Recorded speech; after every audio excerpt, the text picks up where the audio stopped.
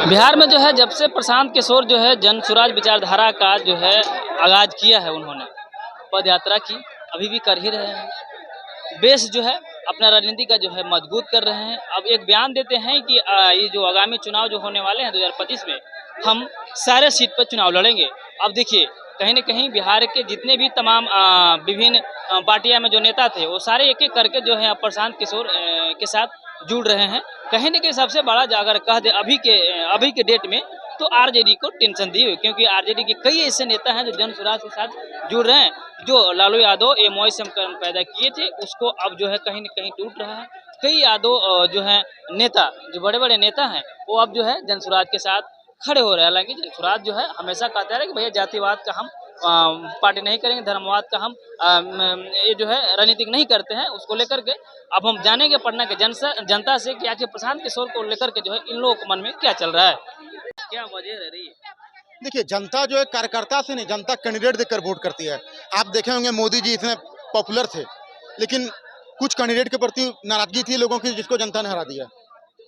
तो जनता कैंडिडेट देखे अभी प्रशांत किशोर को लेकर क्या प्रशांत क्या किशोर लग रहा है, एक अलग ही राजनीतिक देखने को मिलेगा। नहीं, ये पता चलेगा कि प्रशांत किशोर जी कितने सीटों पर चुनाव लड़ रहे हैं और वहां पर उनके कैंडिडेट किस कैटेगरी के हैं। पूरे विधानसभा। हाँ, उन्होंने कहा कि मैं पूरा सीट पे लड़ूंगा, तो कैंडिडेट देखकर डिसाइड करेंगे ना। अब आप अरे गहरे किसी को भी टिकट दे दोगे तो हम लोग को वोट देंगे नहीं। हम लोग कैंडिडेट देखकर डिसाइड करेंगे कौन हमारे बिहार को विकास के रास्ते पे ला सकता है, कौन हमारे सुरक्षा व्यवस्था मजबूत कर सकता है, कौन हमारा कानून व्यवस्था सुधार सकता है, कौन रोटी कपड़ा मकान मुहैया करा सकता है। तो हम कैंडिडेट देखकर डिसाइड करेंगे ना। तो अभी उन्होंने कोई कैंडिडेट अनाउंस नहीं किया, तो जब कैंडिडेट अनाउंस करेंगे तब हम फैसला करेंगे क्या करना है उनके साथ। लेकिन अगर देखा जाए तो आरजेडी को ज़्यादा टेंशन हो रही हुई है, क्योंकि दो कार्यकर्ता जो है जन स्वराज के साथ जुड़ते हैं तो एक लेटर जारी होता है कि हम यहाँ से पदमुक्त के। अगर देखा जाए तो कई ऐसे जो है नेता, लेकिन सार्वजनिक नहीं होते हैं, लेकिन इसका जो सार्वजनिक होता है लेटर नहीं, केवल आरजेडी नहीं, धीरे धीरे अगर आप ग्राउंड लेवल पे जाकर देखेंगे तो सारे पार्टी के लोग कुछ ना कुछ में जुड़ रहे हैं।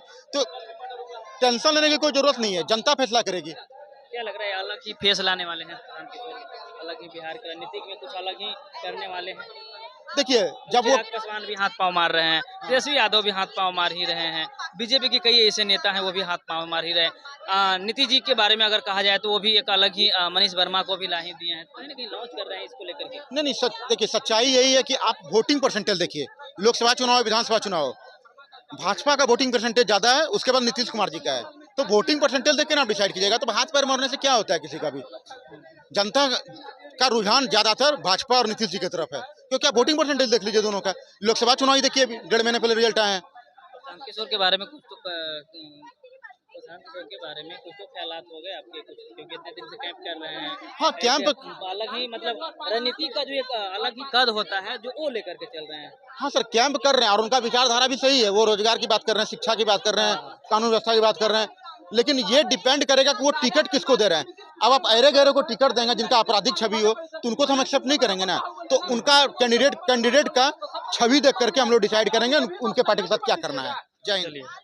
किस तरह से कर रहे हैं, एक अलग ही विचारधारा के साथ चल रहे हैं, करने की विचारधारा है उनके साथ। ना इस बार तो सपोर्ट यंग जनरेशन का उन्हीं के तरफ रहेगा। हाँ, जन स्वराज प्रशांत किशोर पूरा विधानसभा की सीट पे ना लड़ेंगे पूरा लड़ने के लिए तो हाँ, लड़ने के लिए तो पूरा वो सीट पे लड़ेंगे, लेकिन उस तरह का तो खैर सीट नहीं आ पाएगा। लेकिन उम्मीद है कि इस बार जो भी रिजल्ट आएगा उनके फेवर में अच्छा ही रहेगा, बेहतर आएगा। हाँ है ना, बाकी सारी पार्टियां से जो है उनके हम अच्छा खासा आएगा। हाँ, हम लोग का सपोर्ट उन्हीं के साथ रहेगा। कहाँ से हैं आप सब? मैं तो मनेर से हूँ। मुंगेर से? मनेर अच्छा, पटना। हाँ, मनेर तो लालू जी के गढ़ कहा जाता है। गढ़ से क्या हुआ देखना है ना, दोनों चाचा भतीजा लोग को तो देख लिया गया ना। आज के डेट में 35 साल शासन हमने देखा, क्या मिला बिहार को है? नहीं लगा, लग रहा क्या है कि अब कुछ परिवर्तन होना हाँ, चाहिए। जरूरी है परिवर्तन, बिहार के लिए नहीं हर एक स्टेट के लिए चाहिए। किशोर को लेकर के क्या समझते अरे हैं आप? बहुत बिहार बढ़िया, की जन स्वराज जिंदाबाद। जिंदाबाद। अरे बिल्कुल बिल्कुल, हाँ, अच्छे तरह से एक नया फ्रंट खोल रहे हैं बिहार में, सेकुलर फ्रंट, न्यूट्रल होके चीज़ों को एक्सप्रेस कर रहे हैं लोगों तक। क्या लग रहा है इस बार आगामी चुनाव में जो सारा सीट से चुनाव लड़ने के दावा कर रहे हैं, तो कहीं ना कहीं लग रहा है कि वो कुछ लाएंगे अपनी सीट में? नहीं, अभी वो फाउंडेशनल बेस ही अपना मजबूत कर रहे हैं, ठीक है। उनका वैसा आरजेडी और जेडीयू हाँ, जदयू की तरह कास्ट वाइज तो उनका है नहीं ना कुछ पॉपुलेशन, तो वो सेकुलर फ्रंट वो डेवलप करे पॉवर्टी के नाम पे, ठीक है, और सोशल इश्यूज उठा रहे। सो होप है कि अभी तो नहीं, मे बी नेक्स्ट असेंबली में बेटर परफॉर्म करेंगे। मतलब नेक्स्ट असेंबली में लग रहा है कि वो बिल्कुल। अच्छा खासा कर लेंगे। बिल्कुल लेकिन बिहार में जातिवाद है, अब जाति के हिसाब से ही वोट मिलेगा। हाँ, चाहे प्रशांत किशोर आए, चाहे वो आई थी ना, क्या नाम है उसका, पुष्पम प्रिया। पुष्पम प्रिया, वैसे ही वो विलुप्त हो जाएगा। ये कौन थी भाई? अच्छा, पुष्पम प्रिया। अच्छा पुष्पम, हाँ पुष्पम प्रिया, आप समझ सकते हैं। अचानक जो है राजनीति का एक अलग ही औदा लाती है पुष्पम प्रिया, लेकिन हालांकि कहीं ना कहीं अभी विलुप्त है जिस तरह से देखा जाता है, आप भी जान रहे हैं। लेकिन एक सीएम का एक दावेदारी चेहरा जो मैगजीन पे भी छप रहे थे, उसको लेकर क्या कौन? प्रशांत किशोर? पुष्पम प्रिया का? पुष्पम प्रिया बस बाहर से पढ़ के आई थी और कुछ नहीं था। उसका साथ पिताजी भी थे ना। लेकिन not a competitor, Bihar is a different politics, ठीक है। JDU politics applies for everyone, agree? तो it will same apply for किसी पार्टी का, तो वो नहीं निकल सकती है। आरजेडी का सोशल बेस है, ठीक है, जदयू का सोशल बेस है, उनका कोई सोशल बेस नहीं है, तो एक सोशल बेस होना जरूरी है, ठीक है। बिहार नहीं उस बार होगा। बिल्कुल, यही ना? तो अभी फाउंडेशनल बेसिस पे वो काम कर रहे हैं, ठीक है, ग्राउंड लेवल पे। बिहार का 10% जनता है इसके जैसा यूथ, जो मतलब पॉलिटिक्स को उस वे में देख रहा है, डेवलपमेंट और जो भी होता है रोजगार, एम्प्लॉयमेंट, लेकिन यहाँ पे जातिवाद के हिसाब से ही मिलेगा, पॉलिटिक्स के डेवलप के हिसाब से नहीं देखा जाता है। नहीं देखा जाता है। कैसे थोड़ा डिफाइन करें? बताइए।